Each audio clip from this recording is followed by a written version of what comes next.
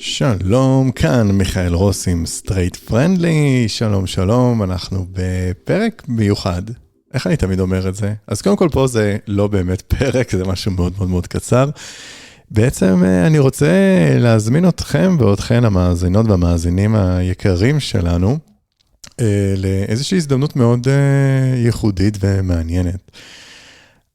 תסתכלו כאן בתיאור של הפרק, יש פה קישור לאיזשהו טופס, ובעצם אני מארגן מפגש בווידאו שלכם.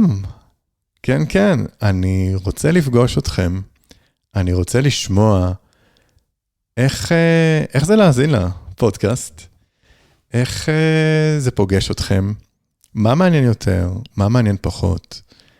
אנחנו עכשיו ממש עוד רגע מציינים 4 שנים לפודקאסט הזה, לסטרייט פרנדלי ישראל, ונראה לי הגיע הזמן לעשות קצת שינויים, לחדש. אני מאוד רוצה לשמוע מכם, אני רוצה לעשות הרבה שינויים, שינויי כיוון. יכול להיות שגם הפודקאסט ישתנה, ולא רק שהוא ישתנה, שיהיה משהו שהוא יותר בעצם בעתיד, מעין הקלטות יחד עם קהל בדיסקורד או במשהו דומה באונליין, וייתכן שגם יהיו תכנים שהם יותר פרימיום, ויהיה הבדל בין מה שכאן בפודקאסט לעומת דברים שהם אולי אפילו גם יותר סדנתיים ויותר בשיח. בקיצור, בא לי לעשות דברים חדשים, ואני מאוד מאוד רוצה לשמוע ממכם, ואני חושב שיש פה מספיק פרקים שאני דיברתי בהם הרבה מאוד, אבל לא שמעתי מספיק ממכם. ואולי אני גם אתוודא ואגיד בכנות אומרים, שיש לי שאלות של האם אני אולי לוקח הפסקה מלעשות פודקאסטים, והאם אולי הגיע הזמן להפסיק, לסיים את הפרויקט הזה, או שפשוט צריך לעשות בו שינויים. אז אני ממש רוצה לשמוע ממכם. אז בטופס, יש שם תאריך למתי הסיפור יקרה. אתם מוזמנים להשאיר שם וכתובת מייל. אם אתם מעדיפים בשיחת וידאו הזו להיות אנונימיים, אז אפשר לציין את זה בטופס. אנחנו כמובן שומרים בסודיות את כתובות המייל, שלשם נשלח את הקישור. אנחנו לא נקליט כמובן בשיחה. ואני ממש אשמח שזה לא יהיה הקיץ של אביה, ושאני אהיה שם לבד עם עצמי. זה מאוד מאוד מאוד מאכזב אם זה יקרה. וזה מאוד מאוד מאוד מאוד מאוד חשוב לי. אני מאוד מאוד רוצה להכיר אתכם יותר. ובכלל לשמוע, אז יכולה להיות גם הזדמנות מעניינת, אולי להכיר אנשים, לשמוע איך עוד אנשים חווים וחוו, ואיזה דברים עשינו פחות טוב, יותר מעניין, פחות מעניין. מה חסר פה אולי? אז קדימה, אז פשוט תירשמו, זה מאוד פשוט, אני אשמח לראות אתכם, ושתפו את זה עם עוד אנשים שאתם מכירים, שאתם יודעים שהם גם מאזינים. פעם ראשונה שאני עושה דבר כזה, הרבה מאוד זמן רציתי לעשות אותו, ובואו נתראה, אני ממש אשמח לראות אתכם, בבקשה, לא להתבייש, אוקיי? יהיה כיף, יהיה נחמד, ואני באמת פשוט רוצה להכיר וללמוד, ויאללה, קליק דאון, אם אתם לא מסתדרים עם הקישור, אפשר גם פשוט לחפש אותי בפייסבוק, אני יודע, אתרי אינטרנט שלנו והסושיאל, אנחנו לא הכי מעדכנים שם, אבל על זה אני אשים כמה פרסומים, אני בטוח שתמצאו, ואם לא, אפשר גם לשלוח לי מייל, michael.mha.co.il או michael@straightfriendly.com, וזהו, אני אפסיק עם האמים ולהתרגש, כי אני מאוד מאוד מאוד מאוד נרגש במפגש שכזה, ואני מחכה מאוד לראות אתכם.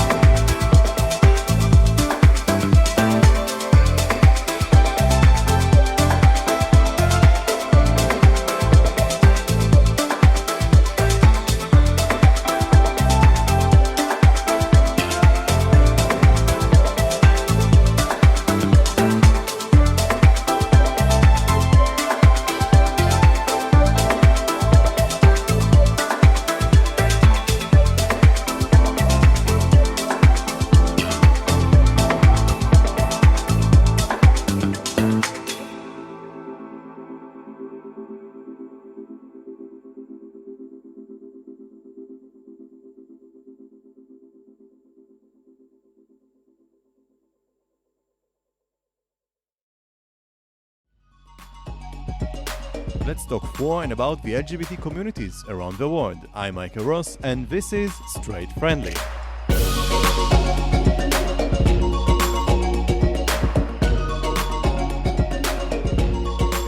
So we just had some chit chat here, and we're recording on a Friday just before Shabbat, and I think we cannot not talk about food. So tell us, Carmel, what you're making there?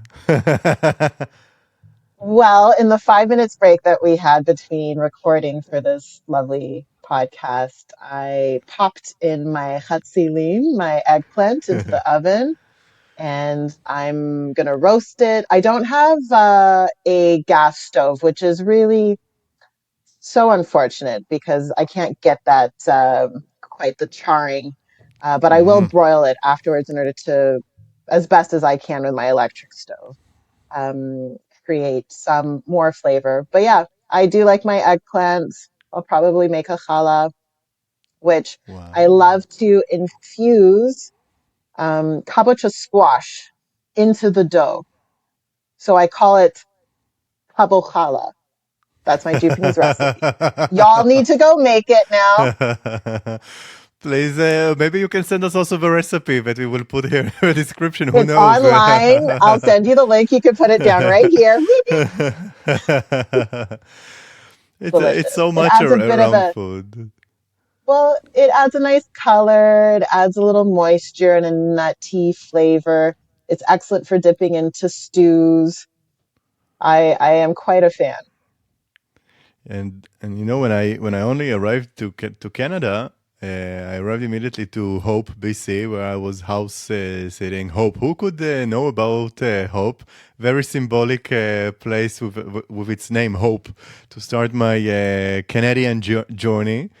And the first time that we met actually was for a Shabbat dinner, and it was my first ever Shabbat dinner in Canada, which was amazing. The food was so amazing. So I can only share my feelings, not the food. But who knows, Carmel? Maybe here's another NGO or project of.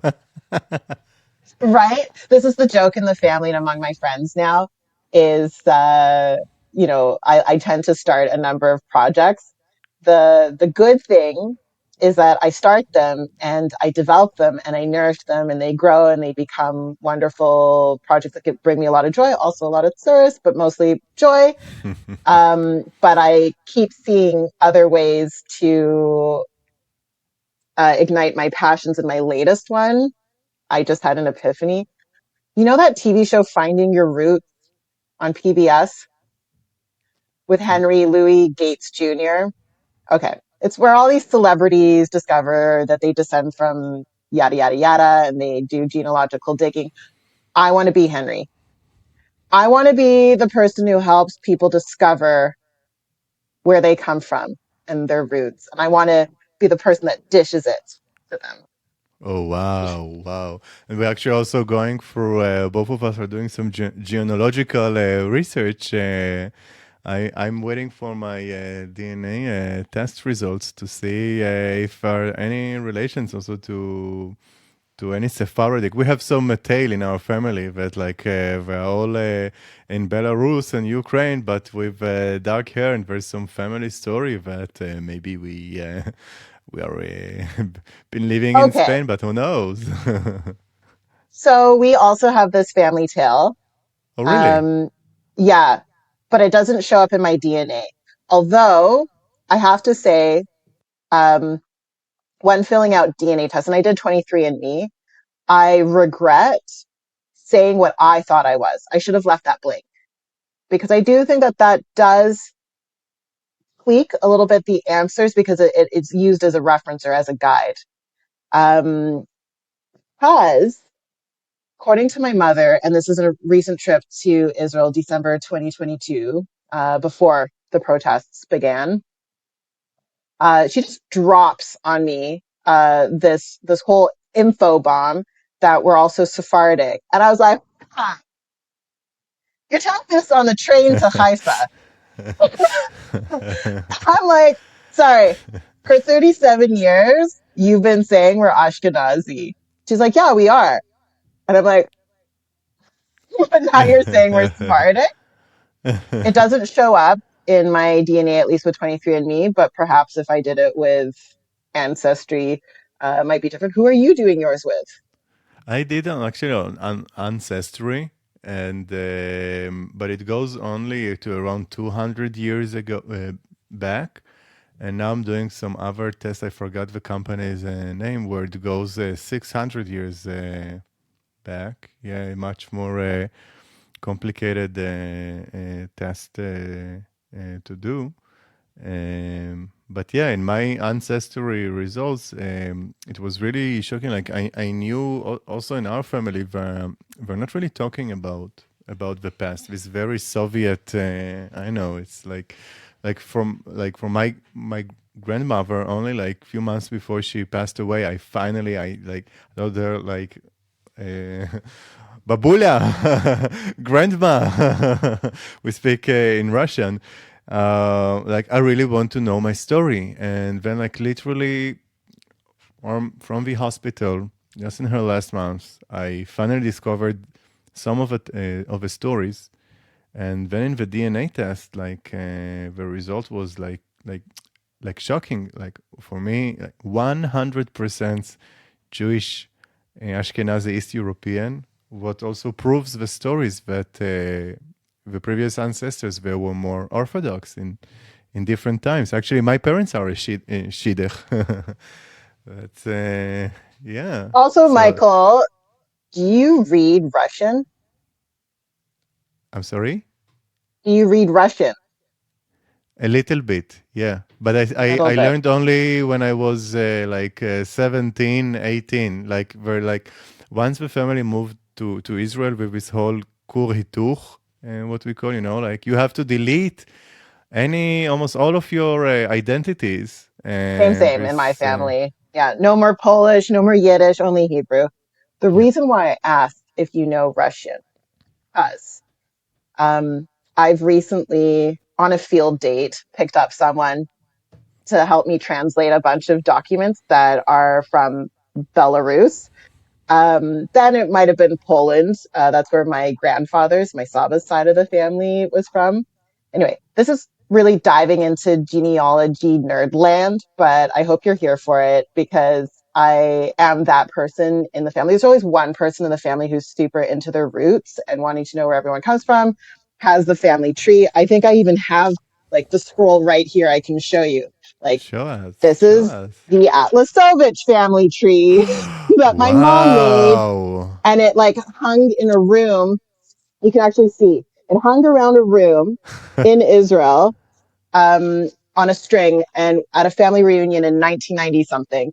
Everyone went around and filled in information, and like it's really depressing stuff because you see only a couple lines continue, but the majority of them stop because everyone was killed in the Holocaust. Now, Mhm. why is this important to me in my digging? Is I heard, um, actually, it's even before I heard. I was in front of the graves of my grandparents in Haifa with my mom. And I'm seeing the list of all the names of the family members who were killed in the Shoah, but didn't have proper burials.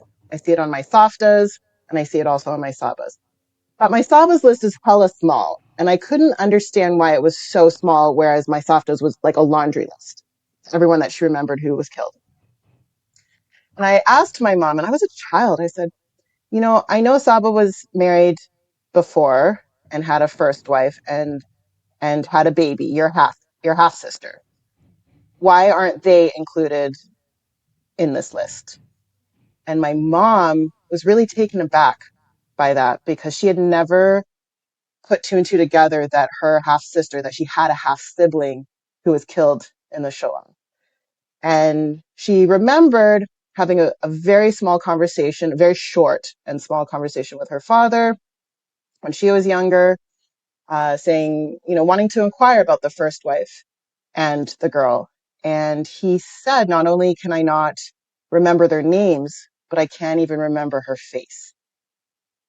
And that's how he dealt with the trauma of losing his first family. And so I've been, living with this,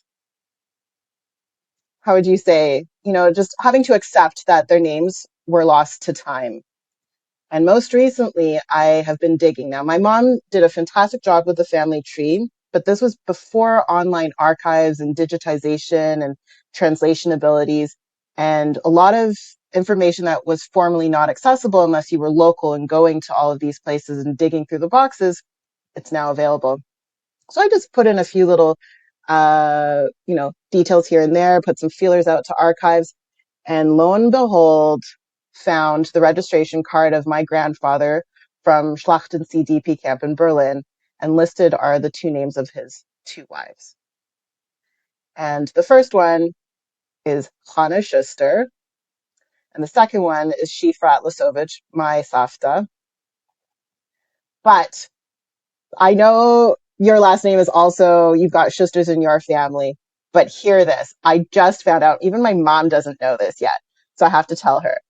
I got the guy on Field, the dating app, to translate a few documents, and we found a document that listed all the Jewish tenants on Uniskaya Street in Pinsk, Belarus, and it turns out there was a Hanna Schuster sharing a two-bedroom apartment and a shared kitchen with a Leah Gottlieb, which is probably most likely the wife of my grandfather, Dov Gottlieb.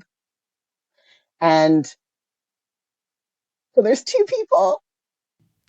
So we don't know why Wow. or how. They might have been sisters.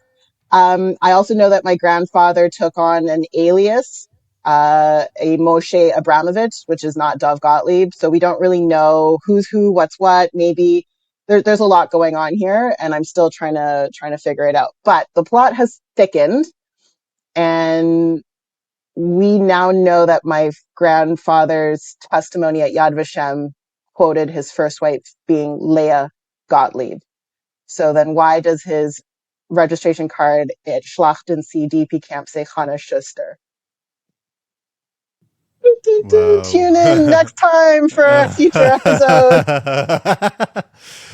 But maybe I mean, like, who knows? Like, the idea of having a last name is kind of new. It's like at least for those areas, it's been started to be used only around 200 years ago, and sometimes people were also called. Let's say my last name. I wasn't born Rasovsky. Ros. I mean, I was Rasovsky, and I found out what my relatives did in the U.S. So I copy paste, but actually it's also, let's say, like the name Rasovsky. Rasov means in Polish Russian. So the Jewish Russians, they got that last name that means Russian, and then that area was once again under the control of the Russians. And in Russians, you had Ovsky to the end. So actually, my last name meaning is double Russian. I don't know, and but I didn't grow up in Russia. And also, like in Israel, it's so, in many things, it's so modern and different. Especially, let's say, with queer rights. That yeah, who knows? But it's really interesting because my father's mother, that grandmother that I told about earlier, Ina Schusterman, and all the, who knows, maybe our ancestors We're related. yeah, We're family. I mean, we're already family, chosen family now. You're stuck with me. Oh my God, I'm so lucky. Please, please let me be stuck with you. And actually, my mom, although she doesn't speak English, but she would love to help you. And, it's really interesting that with all the crazy stuff happening around the last year since October 7th, like my mom was like, it's like a taboo. We don't talk about the ancestral stuff. But through one of those DNA tests, I found relatives in Frankfurt in Germany. And apparently in that area, I have relatives both from my mother's side and my father's side. So with this, my whole digital nomading Metudela stuff, I will be spending the Christmas, Hanukkah, and the New Year's Eve in Frankfurt, actually, where I will meet for the first time, those Oh my relatives. gosh, I'm so excited for you. So I'm planning to do my Berlin uh, and Bialystok trip next year. I can't unfortunately get into Belarus. Pinsk is off the menu. But yeah, Let's talk doing about your it for Ruth a trips, moment, actually. Let's talk yeah, about the Belarus thing for a moment, because when this whole October 7th thing started, like I was planning on spending some time abroad before it happened, but and I was also working on creating a global startup for LGBTQ plus. I'll be honest, I decided to pause with it. It's really difficult for me now to deal with venture capital firms that boycott me for being Israeli, which I find crazy, crazy. And with all that mess, all this trauma happening, when I arrived, so like the first flight I could find was to Athens, and from Athens I continued to Portugal. And in Portugal, I received some really, really, really nasty messages on Grinder. People could say like it's written what languages I speak, and Hebrew is written. And among the messages I received was like to fuck off from there, but I'm not welcome. And I find it to be so like crazy and hypocritical because it's like Portugal or Spain, countries which I very much love, but these are also countries where we don't have to go that long ago in history, just Inquisition. 500, yeah, only 500 years ago. So this whole discourse of what is being a refugee, what is like all about the stuff, um, is really, really crazy. And actually, I was thinking, what if I will go and just visit Belarus and I will finally see the house where my father grew up and my aunt and my grandmother and grandfather, but I cannot go there. Because for us as queer activists, it's a huge risk. And sometimes even I Not hear just as from queer some, activists, even like any traveler, it's not. I've been told unless you're on an organized tour, there's no going on and off the bus of the organized tour. So if you wanted to do a detour to see where your family came from, that's not allowed. Only designated places are allowed currently. oh wow, my aunt told me something like that, and I didn't believe her. But now that you also say that, it's and this is also some part of this of a Jewish culture. Like just now, I uploaded a new episode in the Hebrew version, where for me, like Hebrew is my first language, where it's easier for me to express myself and have to have kind of more artistic podcast, meaning like dealing with my writing and more like kind of philosophical. And some people even call me in Israel the gay rabbi. Well, I'm not a rabbi. But I gave an example, like around the last year, like, I'm using this term of digital nomad, but it's a very nice polished term for being a refugee. But and it's something which is not only through this year, and I think like this traumatic year also reminded maybe us, or at least for me, and also what I've been talking in that Hebrew episode. It was like a music. If some of you speak Hebrew, I would really. It's like one of the episodes. It took me a year to make that episode, and I give her the kind of comparison of Binyamin Metudela. Do you know his story? So Binyamin Metudela, from Tudela, a village Mm. in Spain, and around the 11th or 12th century, 100 years, a decade before, um, who was it? Mark Twain? No, I forgot. Some explorer. Anyway, so Benjamin Metudela was a rabbi from Spain, and he went for a journey where he was traveling around Europe in the Middle East, visiting different Jewish communities and explaining about them. And apparently, this is one of the most important historical evidence of what lives looked, not only of Jewish communities, but generally what life looked like during the medieval times. And he was going through Italy and Greece and Turkey. Then he got to Lebanon, what today is Lebanon. He was in Saida, and he got to Akko and to Haifa. He even explained how in Haifa, back then, people tried to create a new kind of Sanhedrin. And he went to Jerusalem and then back to the Galilee and then continued, why not, to Damascus, to Babylon, then to Yemen, then to Egypt. And in some way, I think like today, these days, we're talking about this digital nomading and stuff. But back then, no Schengen visa in Europe. You could visit also more parts of the Middle East. And there's something that for me gives so much inspiration about that story of this ongoing Jewish nomading, that's and we see it even in these days.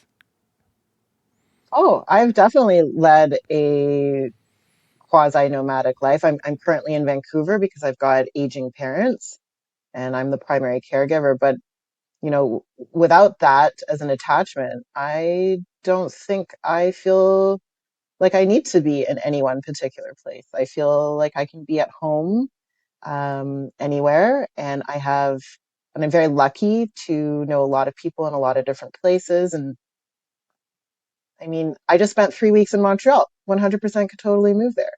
I'm sure once I go to Berlin, I'll probably feel similarly as well. I could totally move here. Um, yeah, I think for me, being able to travel has been the most, and I'm not just saying traveling, going to, the Eiffel Tower and seeing all the touristy spots. I'm talking about living in a place and spending time with locals and Mm-hmm. experiencing what life is like there has been the greatest university education for me. And on top of it, being able to go to the very places where my ancestors came from and walking in the same villages where my great grandparents were has been truly world opening and very grounding experience as someone who grew up in the diasporic community on both sides of my family. And I've only done half of my journey. I'm now about to do the other side of the family, and it's time. I've been putting it off for a long time to do the Holocaust trip because I know exactly, how it's going to go. I'm going to be crying all the time, and I know it's going to be super emotional, but I'm prepared now and ready. It took me a long time, but I'm ready now to do that. So I wish you Wow. well on your journey to Frankfurt and to meet your family, and um, record if you can some bits and pieces and tell me how it goes. Yes, yes, thank you. And Carmel, do you want also to tell a bit more about the Japanese project? Sure. What do you want to know about it? Everything, everything. How come? How come that there are Jewish communities also in a place like Japan? Please. I mean, there's Jewish people everywhere. Um, Growing up, I truly thought it was just my sister and I being the only combination of Jewish and Japanese until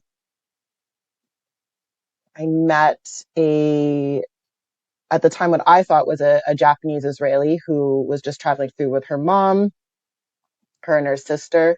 Turns out, and I got to interview her for the Japanese project. Her father, yes, did grow up in Japan, but came from the Korean community that stayed after World War II. And so that was really my only idea or knowledge of another mixed family that looked somewhat similar to mine until the Japanese project. I wanted to celebrate Jewish and Asian Heritage Month, which falls within the month of May.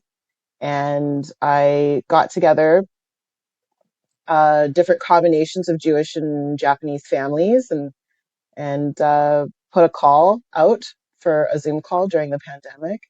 And before you knew it, it kind of went viral.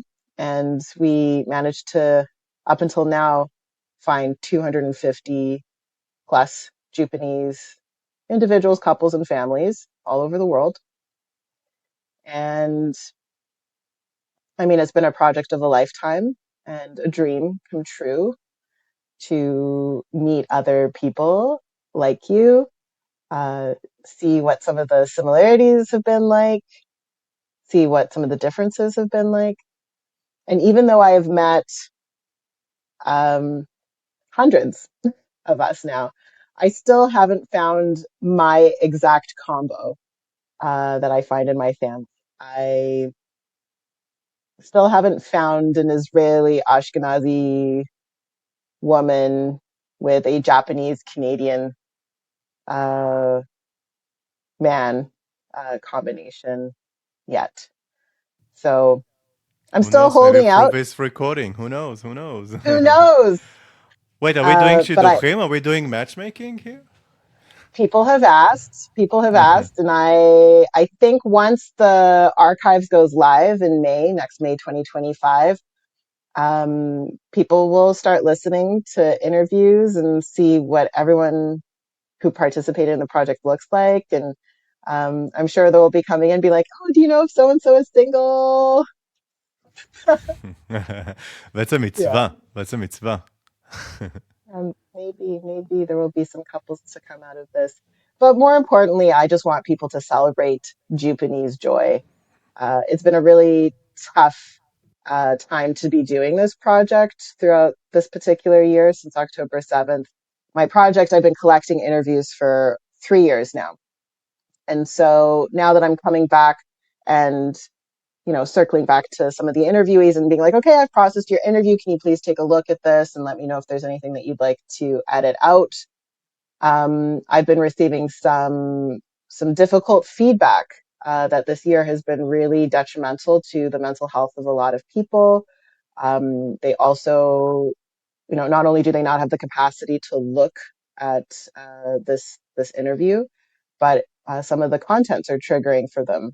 They might not feel comfortable sharing anymore the fact that they're Jewish publicly. They might not feel comfortable sharing their answer that they previously had on, how are they navigating the Israel and Palestine conflict as Jewish and Japanese people, which is really difficult to hear that that's what they're struggling with, because it unfortunately is taking front center over some of the more light questions like, what are some of your favorite Japanese recipes in your family? And how do you celebrate Japanese joy? So I'm really hoping that we will be able to come back to a time when we can feel comfortable sharing our stories. I think it's really important as a community to share our stories and to be able to not only share them among other Japanese community members, but also with our friends, our family, and beyond. And who knows, maybe this will encourage other community groups that are mixed to do a similar oral history project and share their stories. The more we, I think, share our lived experience, the better. So, here. The production of this episode came to reality thanks to the support of the Friedrich Naumann Foundation for Freedom in Jerusalem. We were talking about the Japanese project, and actually I have numerous questions here, but we really will have to finish in maximum 20 minutes. And yalla, go. Yeah, so I was retelling with you, some of the reactions that people I interviewed up to even 3 years ago are experiencing now as of October 7th, and how difficult it has been for people to just, function on a daily basis, let alone, review their content, which can be up to an hour-long interview. I mean, I think at the best of times, most people don't like to listen to their own voice or their own face. And here I am Oh asking them yeah. to do this at a really difficult time. So I'm very thankful to you, Michael, because you came at a time in my life when you encouraged me to enter the world of AI. I was Ooh. very resistant to it, if you can remember. And I discovered a program. I know it's the competitor of Riverside, but it's Descript. And it has allowed me to remove the hours of video editing, which I am not an expert in, and really made it user friendly for me to delete portions of interviews with just a click of a button, just the removing of certain text, and it does the video editing for you. And that has enabled me to really not lament over the hours of editing that I already do per interview for the Japanese project. Because before, I don't think people fully understood how much time it takes to video edit and to render the videos. And so when you're asking for really intense edits, like blurring of the face and voice distortion and remove this and remove that, that adds a lot of work to my plate, and I can be processing these interviews until I'm 80 years old. I want it to be sooner rather than later that people get to hear these interviews. So I thank you for that. And I'm very happy to announce my surprise to you was you did not know it was coming. After a year of being depressed myself over not being able to do the project, and have people be happy about participating in the project, because we're all in depressed funks at the moment. I successfully, with Descript, did my first interview, full edit, and I sent it to the interviewee to review. And that is a huge win for me after really, truly over a year of feeling unproductive, unable to move, really stagnant energy. And I couldn't have done it without you and a few select people who've been helping me behind the scenes. So thank you.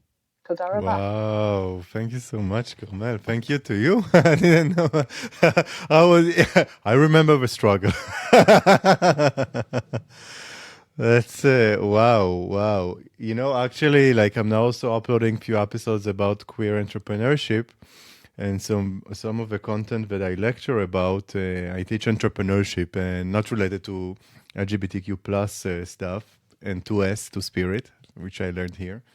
And I decided to translate some production from Hebrew to English, so our listeners can see that. And actually, I think it's very interesting and important what you have just raised, because I see entrepreneurship as change making, as I said, and there's so much of tikkun to do. And one of the things which I'm worried the most about entrepreneurs, talking from my personal experience, is a burnout. And a burnout of change makers is less tikkun, less creation of a better place, especially in a time where it's very needed. And I'm very thankful for you for sharing that, because I do see that how everyone are can be a change makers. For me, many times, like this whole field of this entrepreneurial field and the startup field and the venture capital field is very, very masculine. Very. And now, but also been working with that I wanted to work and create some global startup. And like startup is like, it's very, very, very difficult. I didn't share it actually up until now on my podcast, but a few days before October 7th, I decided finally for a partnership, and I had a partner for the startup, a CTO, Chief Technological Officer, was a friend of mine from the age of 7 or 8. And when October 7 happened, the day after or 2 days after, I wrote some posts on Facebook. And unfortunately, he decided to disconnect from me completely up until today. Even now on Yom Kippur, I wrote him. I mean, okay, yalla, I'll take. But I didn't write for anything. You know, it was something very much about humanity. I mean, like how many people can we lose? How many? I mean, like I do see every soul as it's a very tragic moment. I think not only in current and modern history, but probably generally. Like it's probably, and I really hope that there will be a tkuma, that there will be a revival from this very difficult situation. And if we will not act, if we will not bring message of reconciliation, of showing diversity, of showing, I do believe that actually entrepreneurs who are minorities, who have different backgrounds, have a lot of potential and a lot of kind of life experience, which is very, very important because many times we're solving real problems. And yes, there are different tools that can be very, very beneficial. I would say that even like in this year, most of my lectures were canceled. And also the time that we met, I was also very depressed being alone in this very expensive country. Very expensive. Very expensive, I have to say. Did I say it's expensive here in Canada? Very expensive. You know, wherever place I posted, like if some place where I know that I can find some hosting family or staff, I was feeling like that many of the people, including the Israelis and the Jews, they were only trying to sell to me and make money. And, you know, communities and finding those people. And I'm so glad that, actually I got to you through our Cantor Sharon. I was Oh, is interested. that Yeah. who? Yes. Yes. Yes. Thank you, Cheryl. Thank you very much. Really, I mean, like this is really this. You know, like we are in a time that this whole discourse about community or communities, I'm sorry, worth nothing. Like in some place, and it's so wonderful to find actually that in this time of yes digital media and all that, it has the pros here, like with the archives and stuff, the fact that we can record now, the fact that we can use different tools that can enlarge our impact. But also, like I do find some hope that with all this difficulty, like let's not separate between people, but let's try to connect. And if now something is very much changing, probably our identities of everyone are changing in this year because of the crazy stuff happening. But I really see like this is just like one example how a cantor, almost a rabbi, like maybe we are now in a time that there's a more need actually for that role that rabbis had. Like, is being a rabbi is just about preaching and teaching some Bible phrases, or maybe it's something that also, yeah, like makes this connection that connected between us, or this shiduchim. Yeah, actually, I would prefer to have some yente instead of using grinder, to be honest. Well, you also make an interesting, case because you're talking also about the business partner that you had, and that over a few posts that you did online, that was able to erase a real human relationship that you had with someone who's both on a friend level and a business partner level. And we're seeing this right across the board. What you did and did not post or did not say on your various different social media platforms is now being used against you by people who you've had very real relationships with. And this is what I referred to earlier in this interview, was about the frequency of friendship ruptures that I've experienced just because I'm Jewish and Israeli, and for stuff I've said and haven't said. God forbid that I am for all the community groups and all the victims that have been impacted by this ongoing war, and not just one particular side. That hasn't won the hearts of many people. unfortunately. Um, and so I think we live also in a really unique time where we're being assessed for what kind of people we are based on what we virtue signal to the world. And that erases our on the ground activism that we've done for years, Mm-hmm. for instance. Yes. Yes. It's And it's an erasure of and a real disrespect towards people who truly like. I don't need to prove to you uh, how many Israeli Palestinian or Palestinian friends that I have from Gaza or from West Bank. No, that is irrelevant.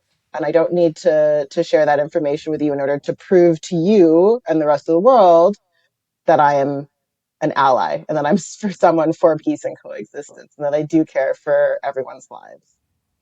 However, this is the world we live in now, where we can't mourn and grieve and vocalize the pain that we're going through as Israelis and Jews without also mentioning that we grieve and mourn for the loss of life on the Palestinian side.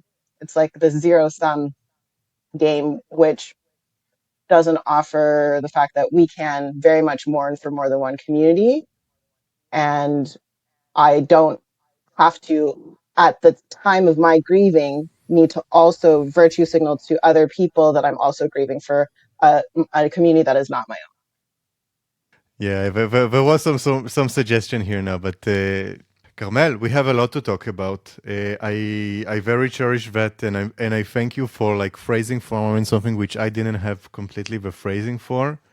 The fact that like in our grief, we don't own anything to anyone, and showing some little of respect to people who've been,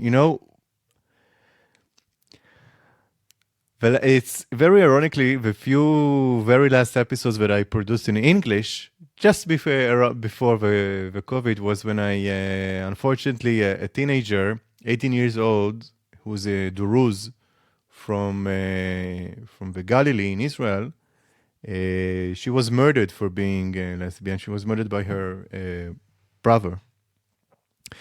And when that event happened, among the queer organizations in Israel, and I'm quite known as the black sheep there. Straight Friendly, by the way, was supposed to be, my vision was to do it through the organizations, especially the Aguda, but they didn't want to cooperate. And then eventually I found this is how I've got to, to create Straight Friendly, actually. And the commemoration event that happened for her death was just a small one in Tel Aviv, and and I was like, no, I mean, like, we have to do something. We have to do something where it happened, which is in the Galilee, just at the entrance of some Arab-speaking village, very close to my hometown, and very close. I was planning before this war to move from Haifa to the Upper Galilee. And just next to where I was planning to move and where I have friends from all colors, size, backgrounds, languages. And I was like, no, this is the place where I live. This is like, I already lost once some queer Arab friend from the area. And no, we have to do something. We have to do something and work on education here. And I was very afraid of, being this white cisgender girl going and like showing the truth or the light or something like that. I'm very trying to be very, very sensitive with it. But on the other hand, for being a Jewish activist in Israel and for having the Israeli version of Straight Friendly, and with all my activism, I said, I have a privilege that I can make a phone call to the headquarters of the police of Israel and get right away the confirmation to do such a protest to commemorate her memory. And we did that. And we received so many comments of activists or people who are like Arab-speaking LGBTs from the area calling me, telling me, look, you're doing something very important, but are you sure you want to do it? Like, we cannot come because for us it can be dangerous because our community is less accepting here a situation of a girl that got murdered, you know, and we did organize that. We did organize that event. It was very, very important. Actually, those episodes, like it was important for me also that her memory will not be lost and that there will be a real investigation. So it's actually, you know, like I'm just a podcaster and an activist, but I never thought that like I will have few episodes that will be part of a police investigation, you know, and you know, like it was supposed also to become to some, let's say, having this kind of very horrible. I'm being currently boycotted by several venture capitals who are LGBT from several countries. This is why currently I'm not doing a startup which is supposed to literally save the life of lots of people and help to make the life a bit easier and nicer for quite a big group of people around the world. Not measuring or like judging by any kind of, and like, you know, like it was so disrespectful, and I really thank you for what you just said, because the words are very important, you know. And I was also in this kind of of depression of this whole last year of like what the fuck is going on. I mean, like, but you know what, like it's about going, like having the truth, having that, like I really thank you. Like we really, as our listener can probably listen, like that little shidduch that Keter Wunsch made, like really I'm so thankful for it, and I really hope that here it will cherish. I love you, really. And I really hope that here that we will empower more people. But it's like, I think it's really important to say here that it's not about like only like understanding the pain, but like I would use your terminology, and I will be even more dramatic, of course, a gay drama queen, but like to say seriously, like, and I'm saying to all of our listeners, no matter if you're like Jewish LGBT or allies or not Jewish, any other kind of identity or personality, it's very important that you will be who you are, and whoever, ever thinks that he can boycott you or can tell anything. And by the way, in Judaism, boycotting karet is the most horrible punishment, almost similar to death punish, to make someone to be karet, to be cutted out of their communities. So fuck them all, okay? The truth is with us.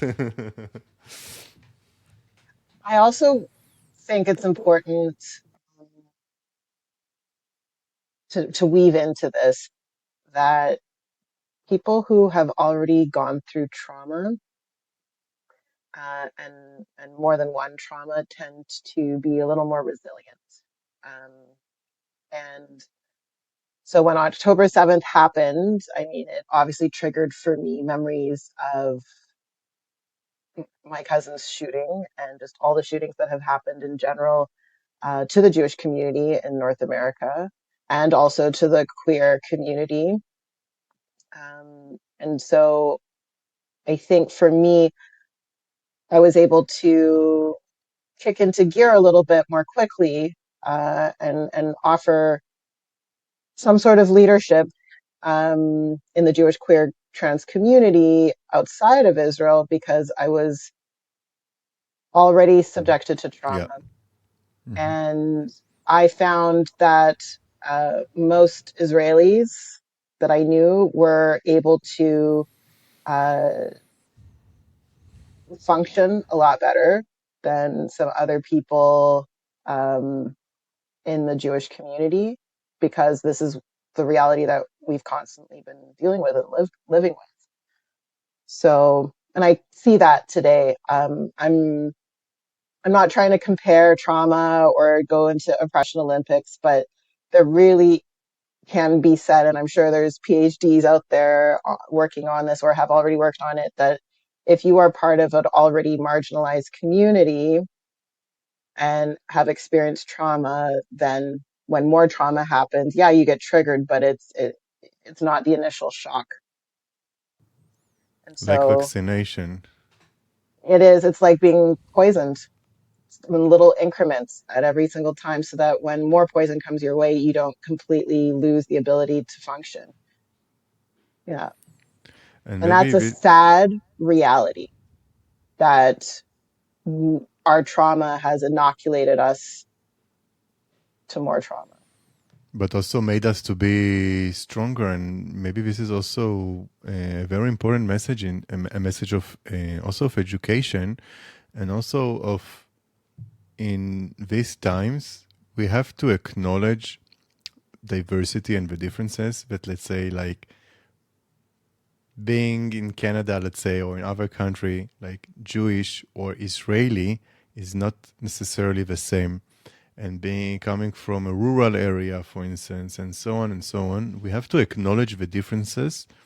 At the same time, also, I really do believe that the cooperation is very important, because what you just said, I wasn't thinking about, but I think it's really, really important and interesting. And I wish that we could see, and maybe through our content, we will be able, a little bit at least, to to be part of fostering that.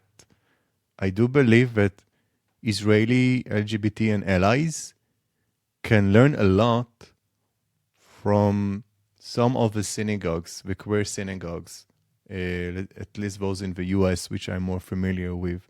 And at the same time, also the Jewish people in the diaspora, let's say, can also learn a lot from the Israelis and the LGBTs, talking about this multi-level of trauma or difficulty and the revival out of it, and like being strong. Like unity is very, very important. It doesn't mean that like we have to agree about everything, but we can be definitely companions to each other and hopefully learn from our history.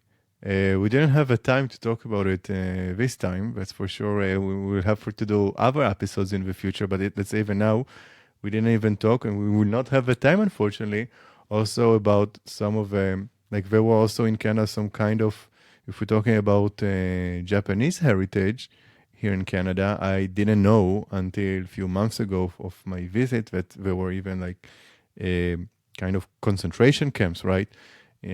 Also for Two-Spirit, to indigenous, there were also, I mean, like probably every society, unfortunately, has some dark sides as well, but we really have to learn about them, no matter there's no right or wrong here.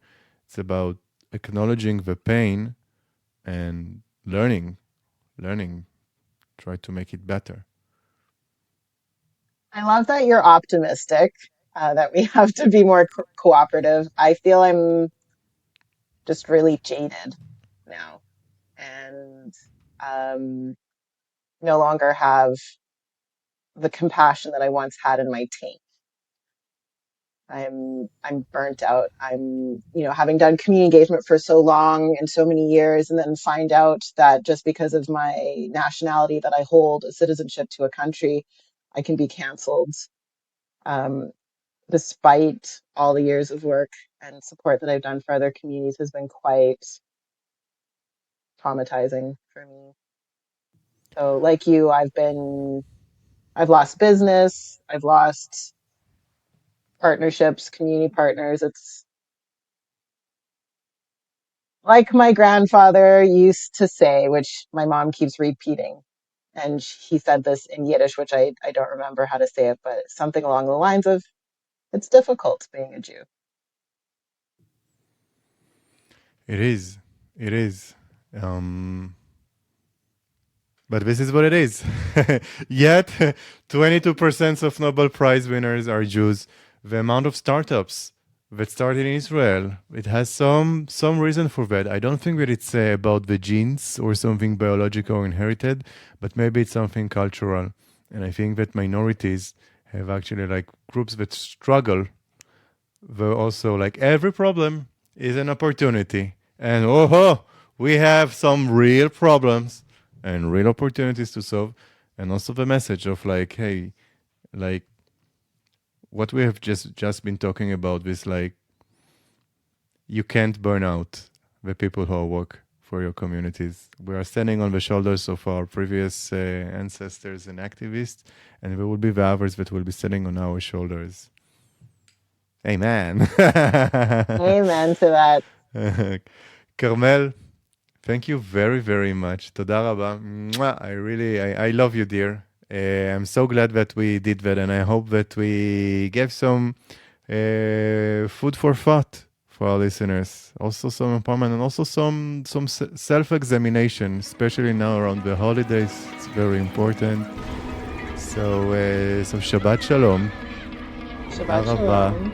Thank you very much.